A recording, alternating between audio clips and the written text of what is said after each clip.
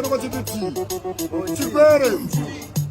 bhadhara chikwere shamwari bhadhara chikwere wakakweredara achine mabhisiketi hauchada kunobhadhara chikwere kana maputi vakatora chipande vandasvika wandihwanda mutoileti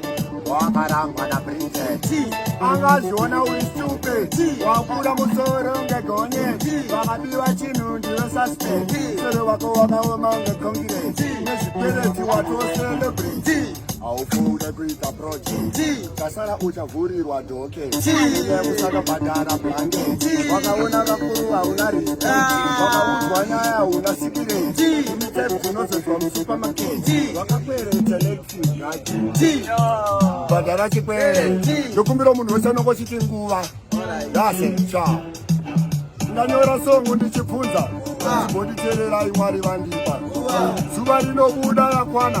aregedze kunyura kufamba kwe vanopasiteraramane mwana akazvarwa totarisa kufa kwemunhu toti yakwana mukurarama musatambele musarega chikore sati yakwana musamhanyire kuroorwa inosvika procrastination kubirwa iprofessional ufangiranane vane mishonga muri kutambisa ichakupandukire kana yakwana mahumbwa ndichatamba yakadarika kuedza kutaura zvinhu zvese zvine